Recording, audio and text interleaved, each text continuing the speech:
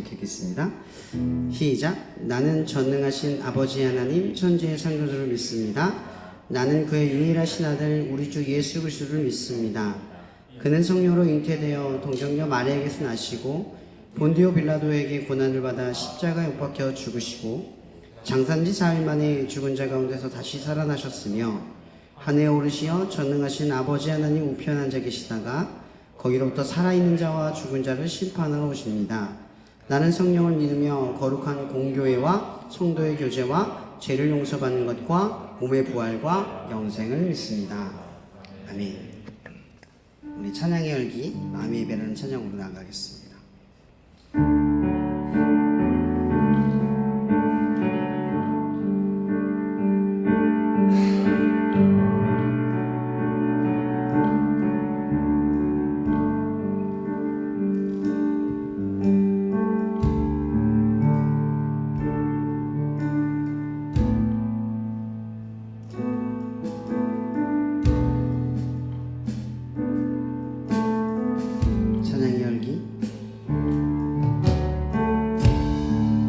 찬양의 열기 모두 끝나면 주 앞에 나와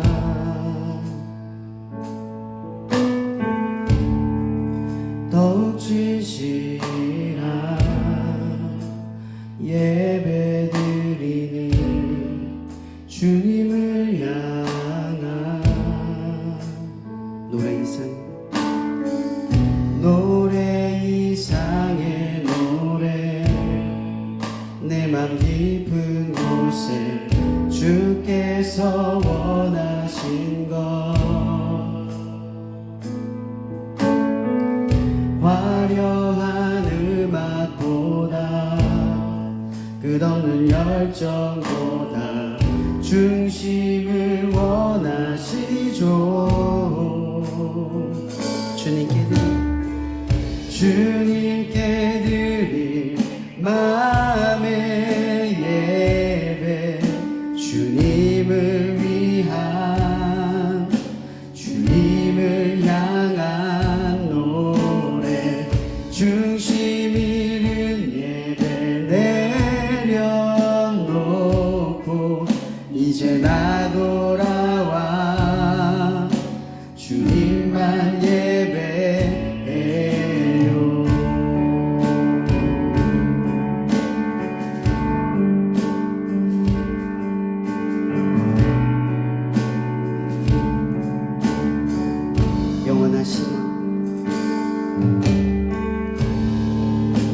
영원하신 왕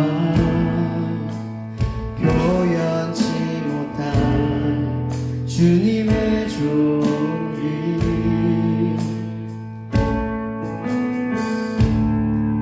가난할 때도 연약할 때도 주의 모든 것 노래 이상의 노래 내 맘 깊은 곳에 주께서 원하신 것 화려한 음악보다 끝없는 열정보다 중심을 원하시죠.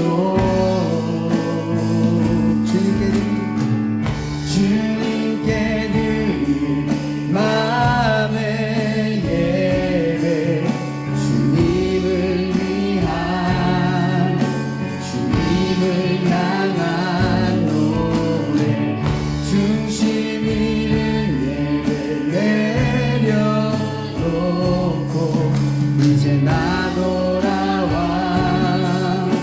주님만 주님께 드릴 주님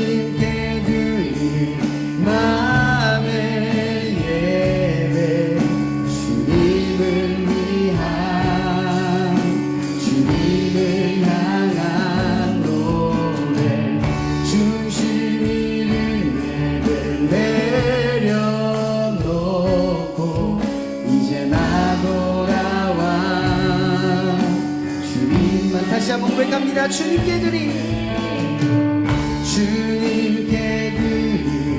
마음의 예배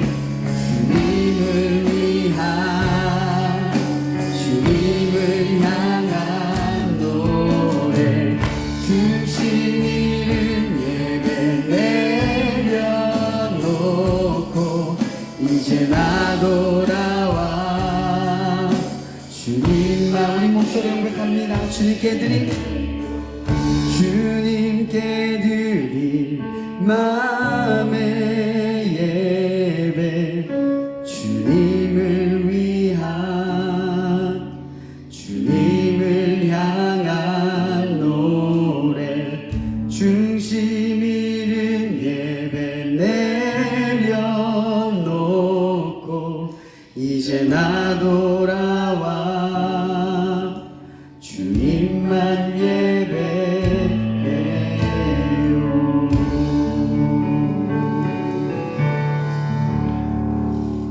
우리 다음은 주와 같이 길 가는 것 찬양 한번 나아가겠습니다.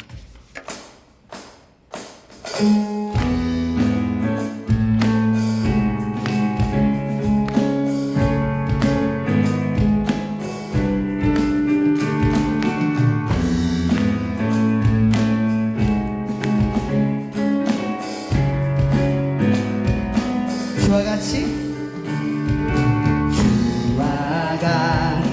길 가는 것 즐거운 일 아닌가 우리 주님 걸어가신 발자취를 밟겠네 어린아이 같은 우리 미련하고 약하나 주의 손에 이끌리어 생명길로 가겠네 한 걸음 주 예수와 함께 날마다 우리는 걷게 주와 같이 길 가는 것 즐거운 일 아닌가 우리 주님 걸어가신 발자취를 밟게 어린아이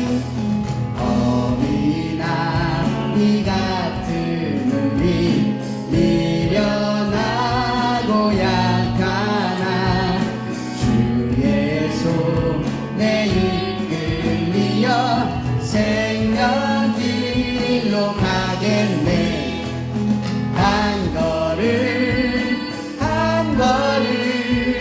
주 예수와 함께 날마다 우리 박수로만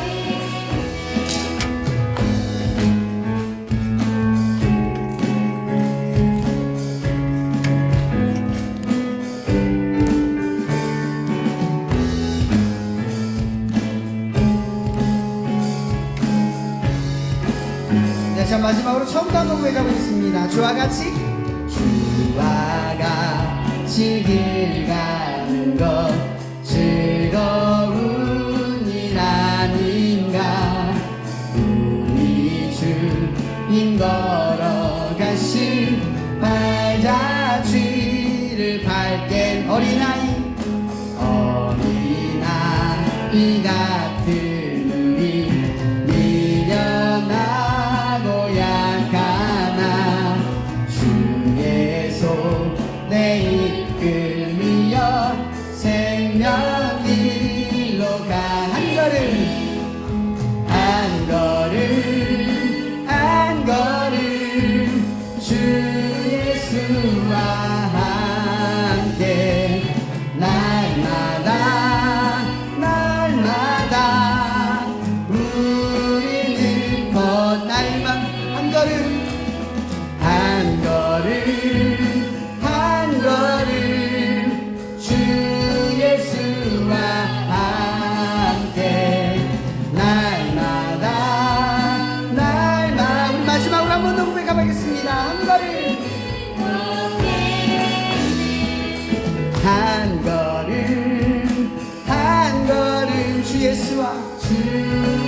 예수와 함께 날마다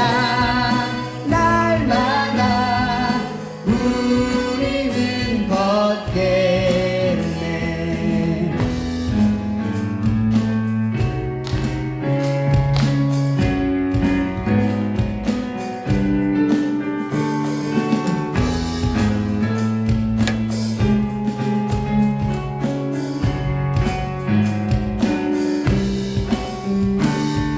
네, 한번 영광의 박수 올려드리겠습니다. 우리 끝으로는 내 주를 가까이 라는 찬양으로 나아가겠습니다.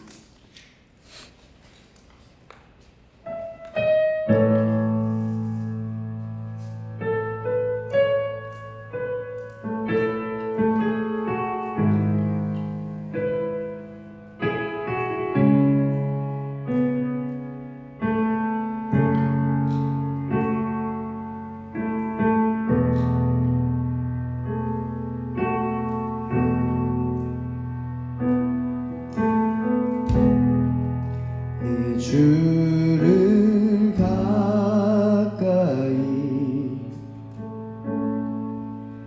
더욱 가까이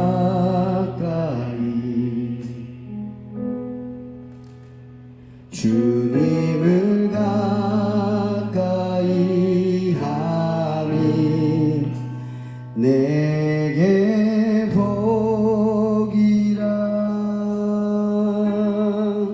내 평생 소원이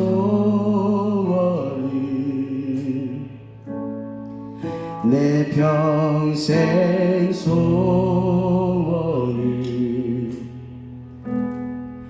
영원한 주의 나라 안에 사는 것. 내 주를 가까이 내 주를 가까이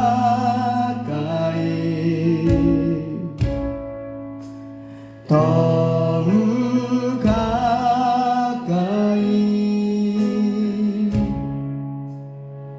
내 주를 가까이 하니 내게 복이라. 내 주를 가까이 내 주를 가까이 더욱 가까이 더욱 가까이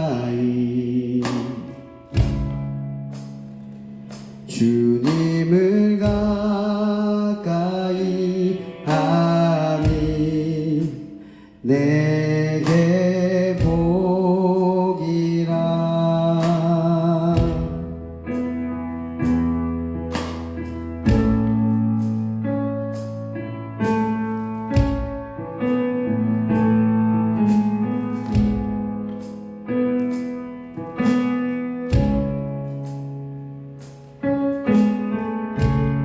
다시 한번 처음부터 고백하며 나아가겠습니다.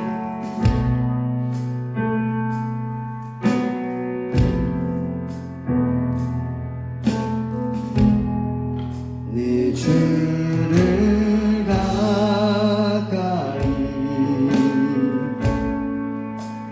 더욱 가까이 주님을 가까이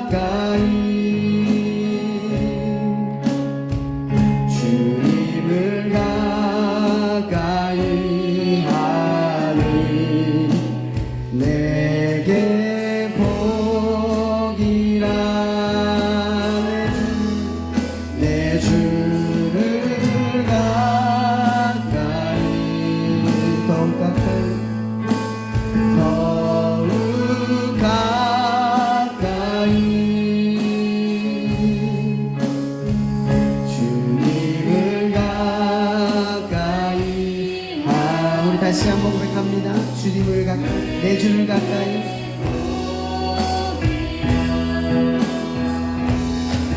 내 주를 가까이, 더욱 가까이, 더욱 가까이, 주님을 가까이 하리. 내게 복이라. 주를 가까이, 더욱 가까이, 주님을 가까이 하리. 내게 더욱 가까이, 더욱 가까이, 더욱 가까이, 주님 앞에 나아갑니다. 더욱 가까이, 더욱 가까이, 더욱 가까이, 주님 앞에 나아가. 다시 한번 더 큰 목소리로 갑니다. 더욱 가까이, 더욱 가까이,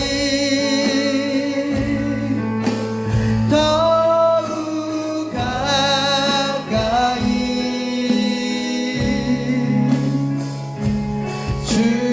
주님 앞에 나아갑니다. 더욱 가까이, 더욱 가까이, 더욱 가까이, 주님 앞에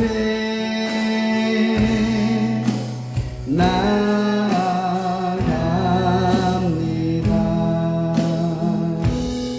주신 예배 앞에서 기도하며 나갔으면 좋겠습니다.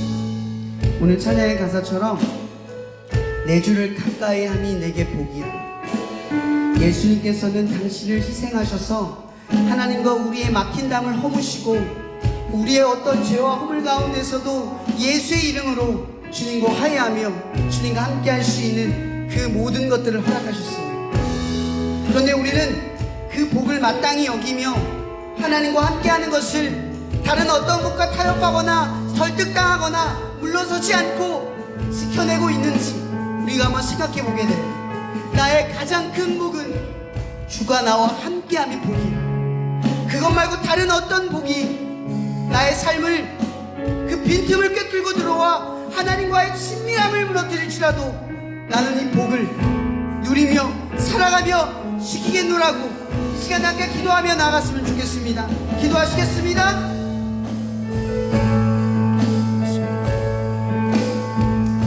하나님과 함께하는 친밀함, 그 역사를 시작합니다. 이 캠퍼스 안에 하나님과의 친밀함을 잃어버리고 세상과의 친밀함 속에서 하나님을 잃어버리는 이 복을 수많은 일들 앞에 우리가 증명해낼 수 있는 삶을 살아갑니다.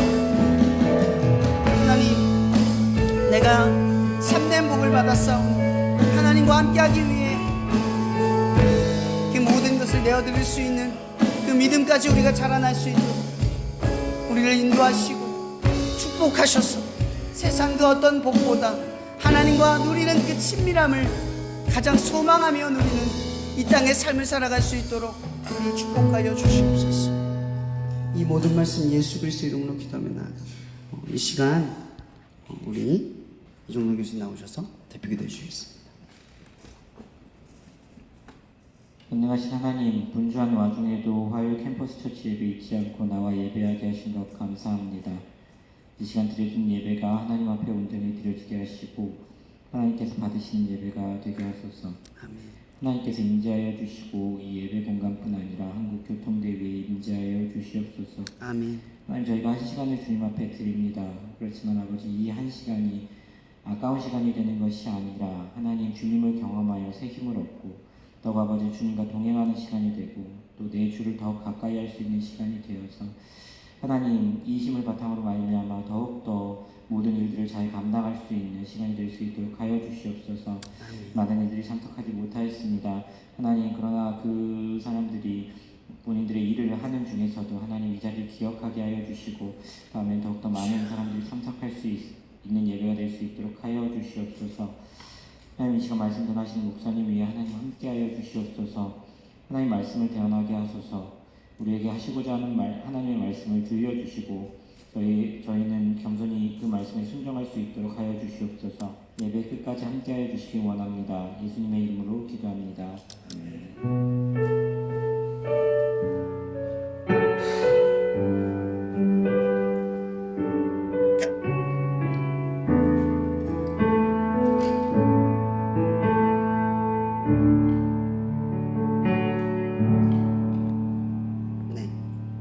말씀은 로마서 3장 18절에서 22절의 말씀을 함께 나누겠습니다.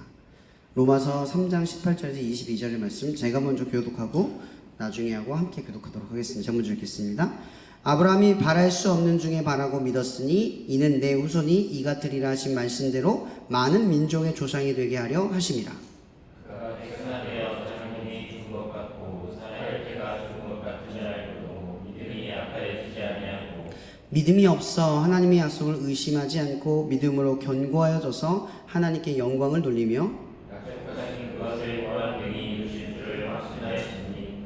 함께 읽겠습니다. 그러므로 그것이 그에게 의로 여겨졌느니라. 아멘.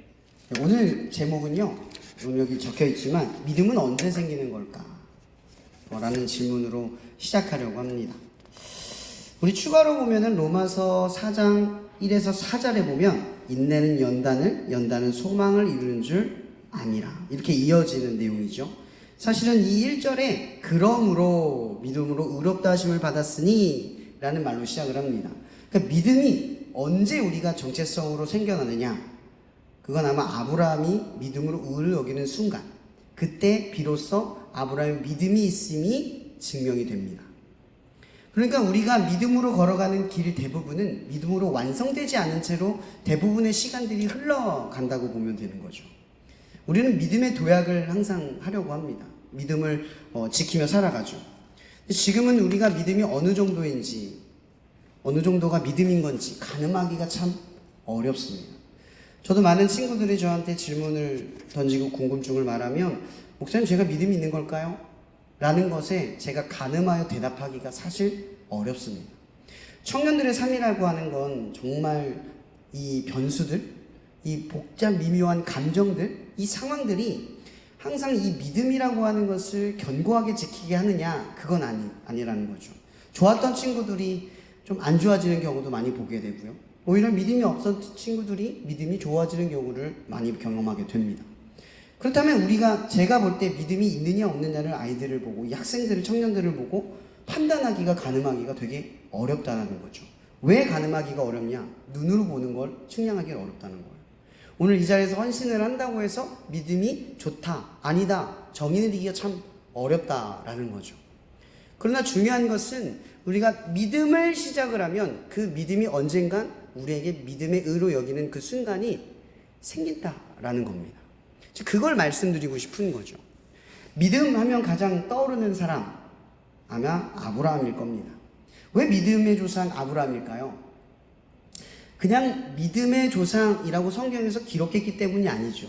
믿음을 정의 내릴 때 믿음에 대해 가장 얘기하기 쉬운 인물이 누구냐? 아브라함이기 때문입니다. 대부분의 그리스도인들은 아브라함을 통해서 믿음의 여정과 믿음이 어떻게 성취되는가를 보게 되죠. 우리는 이 아브라함의 이야기가 창세기 12장부터 얼마 되지 않은 짧은 장으로 이루어진 내용이라고 바라봅니다. 근데 그 안에 믿음이 함축적으로 들어있는 겁니다. 대부분의 믿음을 가진 사람들은 이 여정을 동일하게 걷고 있다라고 생각하시면 되는 겁니다. 그래서 우리는 아브라함을 보면 어떻게 걸어야 되는지, 어떻게 버텨야 하는지, 어떻게 믿음을 갖는 사람인 건지, 어떻게 저 정도의 믿음으로 믿음이 생겨나는 건지를 보게 되는 거죠. 결국 이 아브라함은 우리가 막연한 믿음 생활을 통해서 언젠간 우리에게 믿음이 생길 거라는 확신을 준다라는 인물이라는 거죠. 아브라함 없이는 우리의 믿음을 지금 이 막막한 상황에서 내가 지금 믿음이 있다? 없다? 언젠가 믿음이 생긴다? 이렇게 정의내니까 굉장히 어렵다라는 거죠. 그래서 우리가 아브라함의 조상이라고 말하는 건 우리가 아브라함의 믿음의 길을 동일하게 걷고 있는 그의 후손이다 라고 하는 것과 연결이 되어 있다는 겁니다. 그래서 제가 믿음의 오늘 말씀의 부제를 믿음의 후손이라고 지었습니다. 여러분, 사랑에도 진실한 사랑이 있죠. 그럼 거짓된 사랑은 뭐죠? 이기적인 거죠. 자기가 채워지고 충족되려고 하는 겁니다. 그러면 진실한 사랑은 뭡니까? 이타적인 거죠. 그 사람을 순수하게 사랑하는 겁니다. 그 사람이 뭘 내게 주기 때문에 사랑하지도 않고요. 그 사람이 내가 원하는 것을 갖고 있기 때문에 사랑하는 게 아니라 그냥 사랑하는 겁니다. 존재 자체만으로 사랑할 수 있는 것이 진실함이라고 표현하는 거죠. 그럼 믿음은 뭘까요? 진짜 믿음은 뭘까요? 가짜 믿음은 뭘까요? 가짜 믿음은 아마 이런 겁니다. 원하는 게 있는 겁니다. 내가 바라는 대상에 원하는 게 있어요. 근데 원하는 게 이루어지지 않는 그 대상을 믿지 않기로 결정하는 것, 흔들리는 것, 이게 뭐예요? 페이크, 거짓된 믿음이라는 거죠. 그럼 진실한 믿음은 뭡니까? 내가 원하고 바라는 것이 없어도 그 대상을 믿음으로써 내 삶의 현실에 어떤 것이 있어도 믿음으로 가는 것이 진실한 믿음이라는 거죠. 뭔가를 원해서 믿는 게 아니라 그분이 선하고 사랑이다 라고 하는 전제가 있다는 거죠. 그래서 이 복음의 전제라는 게 있습니다. 그럼 복음은 우리가 뭔가를 하기 전에 일어난 일에 대한 이야기죠. 그래서 우리는 이걸 유한겔리온, 기쁜 소식이라고 의미합니다. 우리에 대한 어떤 기쁜 소식이죠?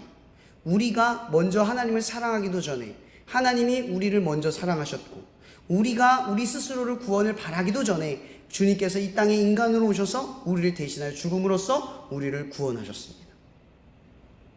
그분의 희생과 헌신은 우리를 먼저 앞서 사랑하셔서 우리의 모든 것들을 이미 충족하신 사랑입니다. 제가 예전에도 한번 언급한 적이 있습니다. 우리가 믿기 때문에 이것이 사실이 되는 게 아니라 이것은 믿지 않아도 사실인 이야기입니다. 우리의 믿음은 사실에 대한 믿음을 받아들이는 것이지 우리가 믿음으로써 그 사실이 사실이 되는 게 아니라는 거죠. 객관성을 잃어서는 안 된다는 겁니다. 우린 주관성으로 믿음을 바라봐요. 그러니까 우리가 복음을 믿는 이유는 뭡니까? 왜 우리가 복음을 믿죠? 내가 아무것도 하지 않았는데 그분이 하신 일을 들음으로써 이 사실을 믿는 겁니다. 그럼 믿음의 출발점은 바로 여기라는 거죠. 아브라함의 이야기를 한번 돌아가 보도록 하겠습니다. 아브라함의 창세기 12장, 그의 아버지 데라도 하나님의 말씀을 들었다라는 기록이 있어요. 은슬쩍 들어갑니다. 근데 데라는 이동하지 않아요. 근데 아브라함은 이동을 합니다. 여러분 알다시피 하란성에서 아브라함이 가지고 있던 직업은 우상을 조각하는 직업입니다. 그러니까 우상을 조각했다라는 건 단지 우상만 조각했다고 생각하면 너무 이상하죠. 분명히 수많은 종교와 신을 접하고 경험하고 신뢰하고 의지했다라는 걸 알 수 있다라는 겁니다. 그러니까 수많은 신을 다 경험한 겁니다. 그러다가 누구에게 돌아온 거죠? 하나님께로 돌아온 겁니다. 마지막으로 하나님께 돌아온 거예요. 참 안타깝게도. 좀 일찍 하나님을 찾으면 되는데 다 해보다가, 여러분 아브라함은 하란성에서 굉장한 부자입니다.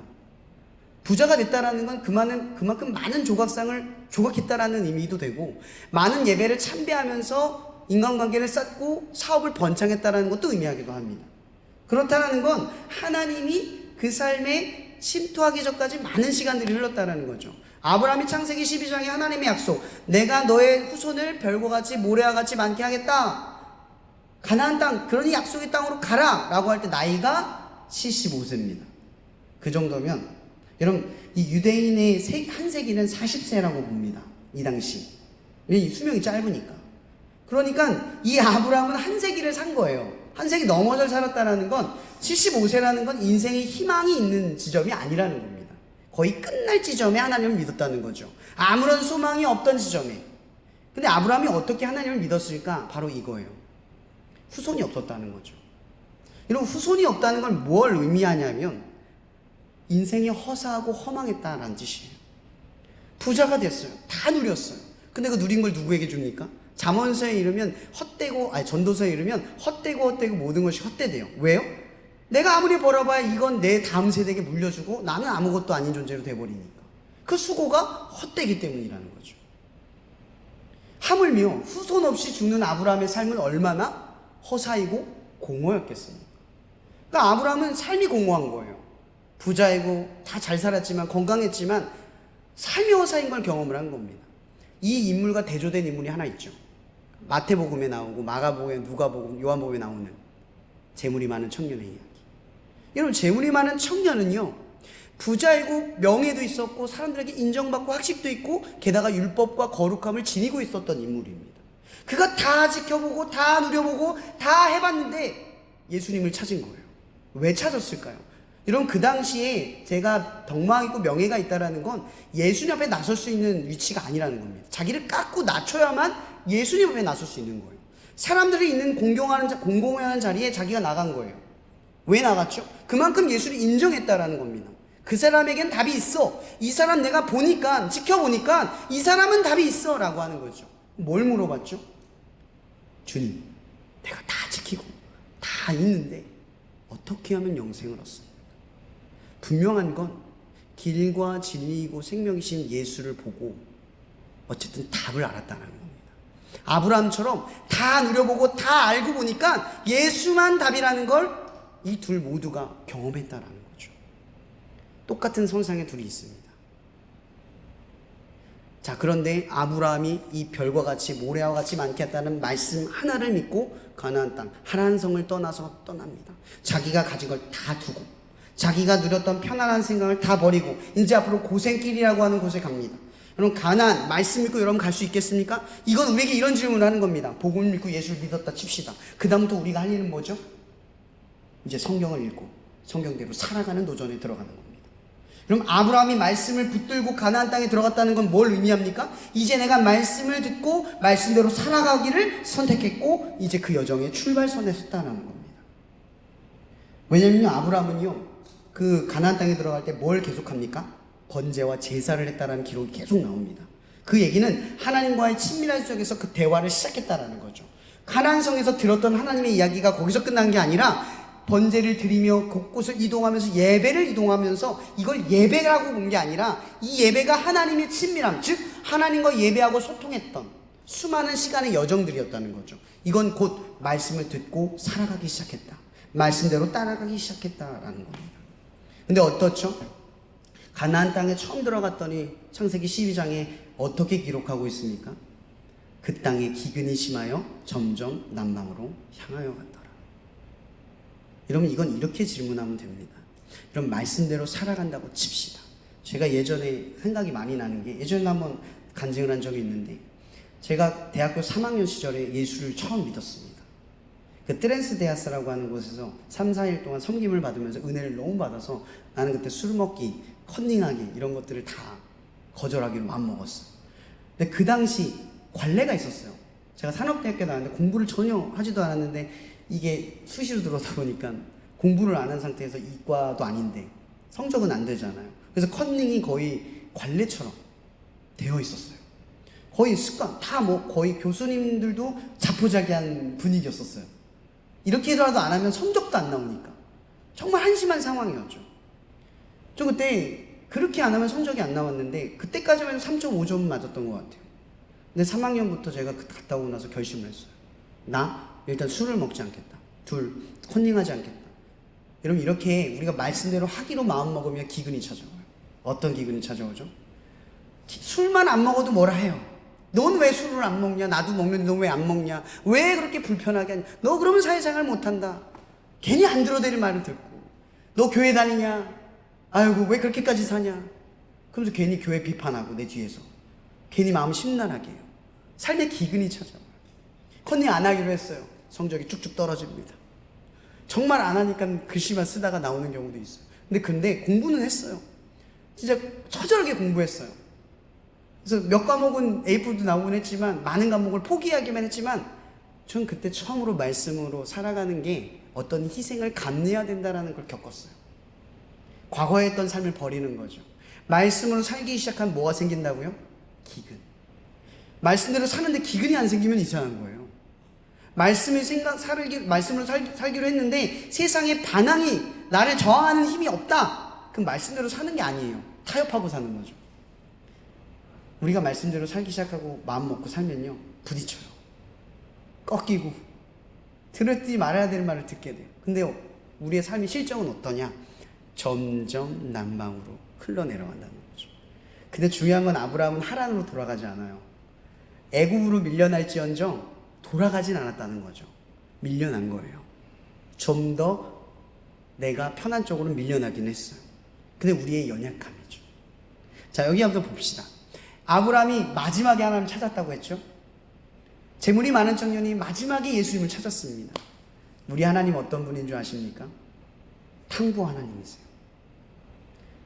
탕자가 다 누리고 다 하고 반역할 것 다 반역하고 죄와 허물과 초라한 시세로 이 아버지께 돌아올 때 아버지가 어떻게 반기죠? 다 아들이 오기도 전에 그 문간에서 그를 반겨라고 먼저 뛰어갑니다. 그리고 뽀뽀를 하고 안습니다. 얼마나 더럽고 추했을까요? 여러분, 우리 하나님이 어떤 하나님인 줄 아십니까? 마지막에 찾아도 찾아지는 분입니다. 우리의 믿음은 사실 클 필요가 없어요. 우리에게 하나님이 말하는 믿음은 마지막이라도 하나님을 찾는 것. 그러니까 마지막에 가서 하나님만 하나님이다라는 걸 찾는 걸 바라는 거예요. 상관이 없다는 거죠. 우리 하나님 어떤 하나님이라고요? 인자와 긍휼이 넘치시는 하나님입니다. 자비가 끝도 없어서 우리가 얼마나 죄를 짓든 얼마나 멀리 갔든 얼마나 이것저것에 휘둘리며 이것도 의존하고 저것도 바라면서도 하나님을 찾으면 붙들리는 분이라는 겁니다. 그렇게 아브라함에게 붙들리고 그렇게 재물이 많은 청년이 예수를 찾게 된 거라는 거죠.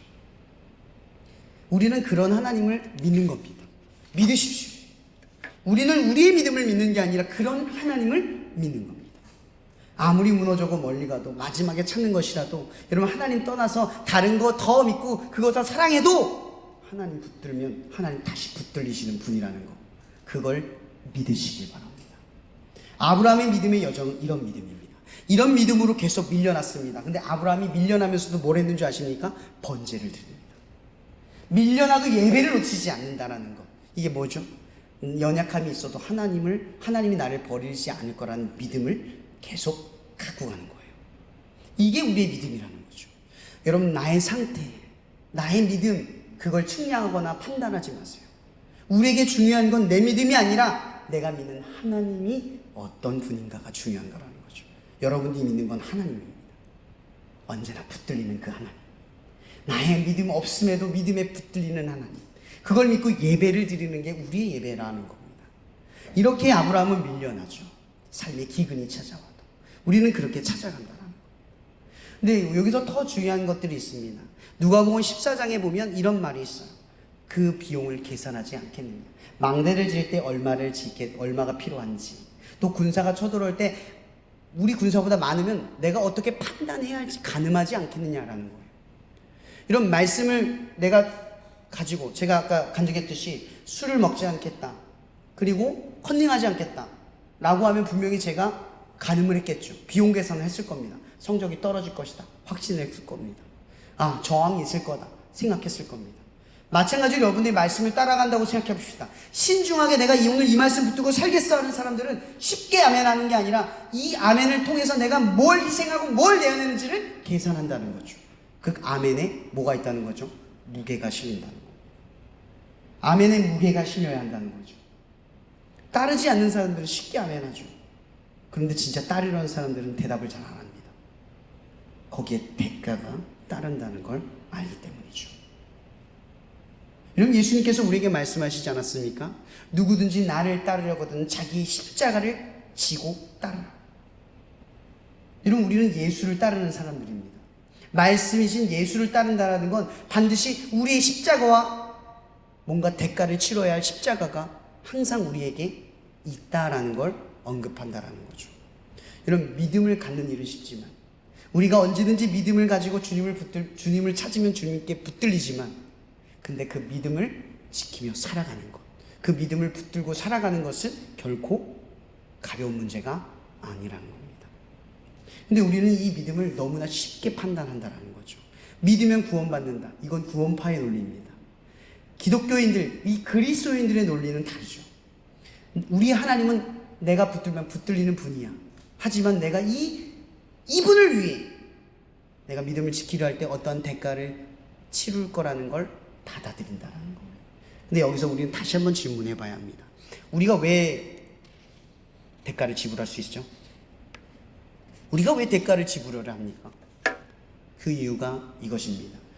예수가 자기를 내어드리고 그 죽음으로써 우리를 구원하신 선제적 행동이 있으셨기 때문입니다. 그분이 우리에게 먼저 주신 것이 있기 때문이라는 거죠. 예수의 은혜를 아는 사람들이 그리스도인입니다. 이 은혜란 뭐죠? 대가를 지불하도록 만드는 힘이라는 겁니다. 우리가 대가를 지불할 때 힘들어 할 때 예수의 은혜를 떠올리는 거죠. 내가 술 먹고 저항을 받을 때 억울해 이렇게 생각하지 않죠. 그분의 은혜를 떠올리며 버티는 겁니다. 내가 컨닝을 하지 않고 성적이 떨어질 때, 정직하고 맘먹을 때, 내가 어떤 손해를 입을 때 너무 억울해 아니라 예수의 은혜를 떠올리는 겁니다. 그럼 아브라함의 여정은 어떤 여정일까라는 거죠. 바로 하나님을 떠올리는 여정이라는 겁니다. 근데 우리는 이 믿음 생활에 대해서 좀 더 신중하게 바라볼 필요가 있다라는 거죠. 수련회 가서 믿음을 얻는 게 아니라, 내가 1년쯤 믿으면 믿음이 생기는 게 아니라, 예배를 잘 드리고 있으면 믿음이 생기는 게 아니라, 중요한 건 뭐다? 하나님과의 경험이 필요하다라는 거죠. 그럼 아브라함이 이삭을 낳기까지 나이가 얼마나 걸렸는지 아십니까? 무려 25년입니다. 근데 아브라함이 이삭을 드리고 믿음의 의로 여기는 그 순간이 몇 살인 줄 아십니까? 성경에 찾아보니까 137세입니다. 그러면 거의 반년 동안, 반세기 동안, 그쵸? 50년 동안 믿음이 없는데 믿음을 붙들고 하나님을 붙들고 의로 여기기까지 걸어갔다라는 겁니다. 여러분, 여러분의 믿음은 어떤 믿음입니까? 하나님의 믿음의 의로 여기는 순간까지 가는 게 우리의 믿음의 여정이라는 거죠. 어쩌면 지금 우리는 다 여정을 걷고 있는지 모릅니다. 그렇게 예수님께서 우리에게 말씀합니다. 이 때 가운데 노는 양과 같도다. 나중이 먼저 되고 먼저가 나중되리라. 여러분, 우리의 믿음이 이렇게 될 수밖에 없는 이유가 뭡니까? 우리 모두가 믿음의 여정을 걸어가고 있기 때문입니다. 분명한 건 우리가 하나님 앞에 우리의 믿음의 의를 증명할 수 있는 기회가 찾아온다는 겁니다. 끝으로 이 말씀으로 마치려고 합니다. 그럼 마가복음에 보면 모든 복음서에 나오지만 씨 뿌리는 비유가 있습니다. 이 씨 뿌리는 비유의 이야기를 잠깐 언급하겠습니다. 이 씨 뿌리는 비유에 4가지가 있죠. 첫 번째, 길가에 뿌려진 씨앗, 두 번째, 가시떨기에 떨어진 씨앗, 세 번째, 돌밭에 떨어진 씨앗, 네 번째, 좋은 밭에 떨어진 씨앗. 여기서 이 씨앗을 뿌리는 사람은 바로 저처럼 말씀을 하는 사람일 수도 있지만, 여러분, 성경을 의미합니다. 말씀을 보고 듣는 것, 이 모든 것을 함유하는 거죠. 그러니까 이것을 보고 듣고 행동하는 사람들의 씨앗이 있다라는 거죠. 그 걸음밭이 마음에 있다라는 겁니다. 첫 번째, 길가에 떨어진 씨앗. 말씀이 길가에 뿌렸다는 것은 뭐예요? 사탄이 직지어서 그 뿌려진 씨앗을 빼앗는 것입니다. 그러니까 오늘 예배에 들어왔는데 하나님을 집중하지 않고 말씀에 대한 진중함 없이 들어왔다가 끝나면 그냥 돌아가는, 말씀을 잃어버리는 상태를 지속하는 걸 의미합니다. 매주 예배는 드리는데 아무것도 기억이 안 나는, 그러니까 율법적으로 예배를 드리면 나 오늘 교회 갔어, 예배 드렸어, 나 믿음이 있어, 이 상태로 살아가는 사람들을 의미합니다. 그 다음, 가시떨기에 떨어진 씨앗은 어떤 걸 의미합니까? 세상의 염려와 재물의 유혹과 기타 욕심이 들어와 말씀을 막아 결실하지 못하는 사람. 여러분, 이런 사람들이 어떤 사람이냐면 오병이어의 예수를 쫓았던 사람들. 여러분, 오병이어의 예수를 쫓았던 사람들, 그 사람들을 예수님이 왜 떠난 줄 아십니까? 성경에 이르기를 이렇게 말합니다. 그러므로 예수께서 그들이 와서 자기를 억지로 붙들어 임금으로 삼으려는 줄 아시고 다시 혼자 떠나 가시니라. 그들이 예수를 왜 따랐습니까? 잘 먹고 잘 살고 싶어서. 여러분, 우리가 예수를 왜 믿습니까? 여기 와서 예수를 믿는 사람들 중에 대부분이 예수가 나를 위해 죽었어, 그 은혜 때문에 나는 살아, 이렇게 고백하는 사람들이 아니라 여전히 원하고 바라는 지점이 있어서 그 원하고 바라는 게 없을 때 그 대상에 대한 믿음을 잃어버리는 믿음을 갖고 있다는 거죠. 조금만 흔들리면, 내가 원하는 게 안 이루어지면 믿음이 없는 상태로 금방 바뀌어버리는 사람들, 원하는 게 쥐어지면 다시 교회에 와서 믿음 생활을 하는 사람들, 그런 사람들을 의미한다는 겁니다. 그럼 돌밭에 씨앗인 씨앗은 뭡니까? 말씀으로 인하여 환난과 박해가 일어나면 곧바로 뽑혀버리는 사람들, 뭐죠? 기근. 그러니까 최종적으로 3단계입니다. 첫 번째, 두 번째, 3단계까지 여러분 온 겁니다. 3단계가 제일 어려운 거죠. 뭐예요? 기근이 찾아오면, 내가 예수를 위해 살겠다, 그 은혜대로 살겠다 해서 말씀을 붙들고 뭔가의 대가를 치르려고 해서 그 대가를 치르고 나면 뽑혀버리는 거예요. 그냥 뽑혀버리는 거예요. 이런 믿음을 가진 사람들이 있다라는 거죠. 이런 예수님께서 우리의 이 세 가지에 대해서 언급하시는 겁니다. 믿음으로 뽑혀져 나가는 사람들, 이걸 기억합시다. 우리의 믿음은 대부분 이 세 가지의 문제로 뽑혀 나가는 겁니다. 첫 번째, 길가에 뿌려져 대가 지불 없이 쉽게 아멘하는 율법적 믿음. 두 번째, 욕심이 들어와 결실하지 못하는 믿음, 하나님을 헛된 대상으로 바라보는 믿음. 세 번째, 뿌리가 깊지 못해 고난이 오면 쉽게 잘려나가는 믿음. 여러분, 저는 여러분들에게 어떻게 하면 믿음이 생기는지 가르쳐 줄 수는 없습니다. 그러나 말씀이 여러분들을 믿음으로 생길 자리로 이끌어 가실 겁니다. 이걸 기억하십시오. 하나님께서 아브라함에게 말씀하셨습니다. 이삭을 드리라. 여러분, 우리의 삶은 대부분 말씀을 받아들일 때 이삭을 드리게 됩니다. 말씀을 듣기로 작정을 하면 내가 사랑했던 것을 드리게 됩니다. 여러분, 이건 드리는 게 아니라 빼앗기는 게 아닙니다. 맡기는 거죠. 비로소 맡기게 될 때 하나님은 그를 대신할 예수 그리스도의 은혜를 주십니다. 그분은 빼앗는 것이 아니라 마땅히 있어야 할 자리에 은혜를 주시는 것입니다. 은혜의 빈자리에 내가 내어주지 못하는 이삭을 내어드릴 때 그 자리에 은혜가 들어오기 때문입니다. 여러분, 아브라함을 떠올리십시오. 여러분의 삶에 기근이 일어나기를 축복합니다. 그 기근 속에서 뽑히지 않는 여러분의 믿음을, 이삭을 드리는 그 믿음을, 그 이삭을 드려 그 자리에 은혜가 가득 차는 여러분의 삶이 되기를 예수 이름으로 축복합니다. 기도하고 마치겠습니다. 사랑해 주님 감사합니다. 이 시간도 우리가 하나님의 말씀 앞에 나아갑니다. 하나님, 오늘 이 씨 뿌린 자의 비유처럼 우리가 결실을 맺어 열매를 맺는, 하나님께 믿음의 의로 여겨지는 그러한 삶을 살아갈 수 있도록 우리를 인도하여 주시옵소서. 이 시간 우리에게 말씀이신 예수가 그 은혜대로 살아가도록 우리를 날마다 인도하여 주시고, 성령께서 우리를 날마다 그 말씀을 떠올리게 하셔서 어디를 가든 말씀을 떠올리며 점점 밀려날지라도 하나님이 나를 붙든다는 사실의 은혜를 가지고 그 탕보 하나님을 붙드는 우리들의 믿음이 되게 하여 주시옵소서. 그리하여 우리의 믿음의 여정이 결국 먼저 된 자처럼 끝까지 그 삶을 지켜 먼저 하나님의 나라에 도착하는 당신의 거룩한 자녀 되게 하여 주시옵소서. 모든 것에 감사하며 살아계신 예수님의 이름으로 기도합니다. 네, 이 시간 나오셔서 봉헌 기도해 주시겠습니다. 기도하겠습니다. 하나님 아버지, 감사합니다. 이 시간 비록 적은 인원이 모였지만 우리의 마음과 뜻과 정성을 다해 하나님만 예배하는 그런 시간으로 되었습니다. 오늘 주신 말씀처럼 우리 안에 참된 믿음을 주셔서 온전히 예수님이 주신 그 놀라운 구원의 은혜에 감격하여 믿음의 시련이 올 때도 흔들리지 않는 믿음의 사람들이 되게 해주시고, 하나님이 원하시는 그 믿음에 이를 때까지 믿음의 선한 싸움을 싸우며 믿음의 여정을 걸어가는 저희들 되게 해주시옵소서. 이 시간 예배에 올 때 작은 예물을 주님께 드렸습니다. 우리의 삶과 또 교통대 가운데 세우신 이 캠퍼스 처치의 모든 필요들을 공급하시는 하나님, 작은 것을 받으셔서 주님께서 사용하여 주시고 우리의 모든 필요를 채우시는 그분이 우리 하나님이심을 믿고, 비록 작은 것을 드리지만 우리의 삶과 시간과 모든 것을 하나님께 내어드릴 수 있는 믿음의 사람들 다 되게 해 주시옵소서. 아멘. 감사를 드리며 예수님의 이름으로 기도드렸습니다. 아멘. 네, 광고 드리겠습니다. 오늘도 김밥을 30개 시켰는데 이거 학생들이 오지 않으셨습니다. 네, 일단 필요한 만큼 가져가시면 되고요. 오늘 밤에 해외 보니까 교수님들도 두째 주까지 많이 바쁘시다고 그랬던 것 같고, 네. 시청자들도 오늘 월화수가 지저스 페스티벌이라고 충주시 기독교 연합회랑 같이 충주시 부흥 배송에 거기에 전부 다 갔습니다.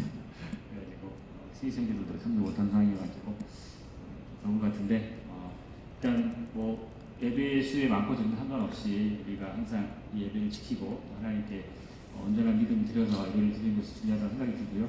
그러면 다음 주부터 또 하나님께서 우리가 홍보도 열심히 해야겠죠.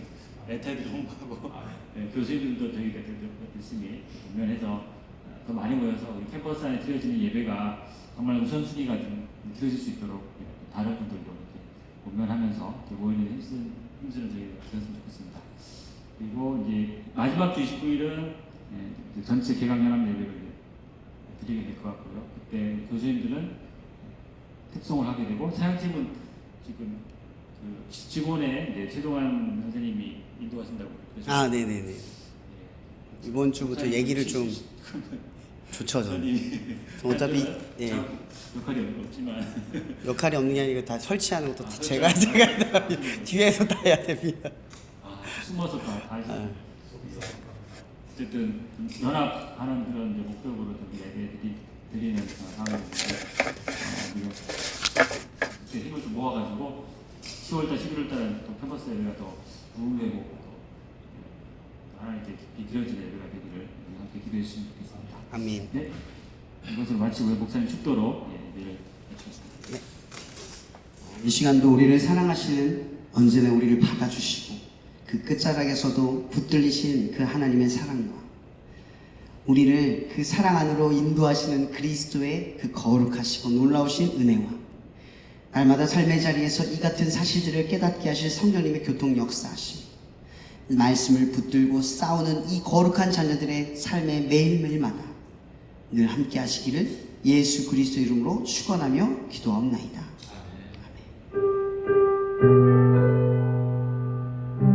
아멘.